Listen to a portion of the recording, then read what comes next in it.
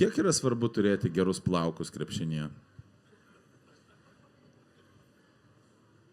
Pakartokite klausimą dar. Kiek yra svarbu turėti fantastiškus plaukus krepšinėje? Klausyčiau.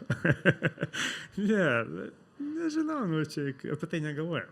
Manau, kad krepšininkas turi būti gera asmenybė, socialiai atsakinga, turi būti labai didžiulis kovotojas, šiaip gerai žaisti. Ar svarbu yra pleiskanos? Krepšinėje, krepšininkui. Dėl to, kad gali po to paprašyti reklamos šampūną?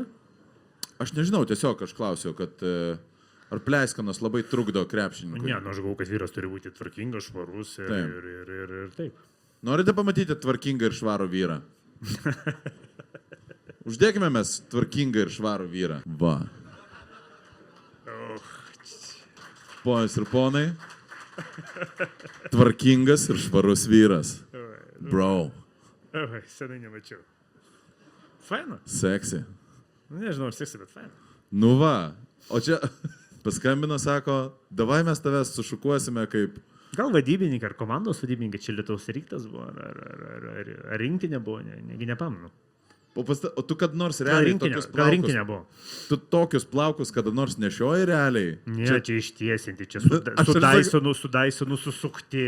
Čia yra reikalų. Jeigu pas mus nebūtų nepilnamečio, aš pasakyčiau, koks yra žodis tikslus apibūdinantis šią šukuoseną ir ką su ją padarė. Bet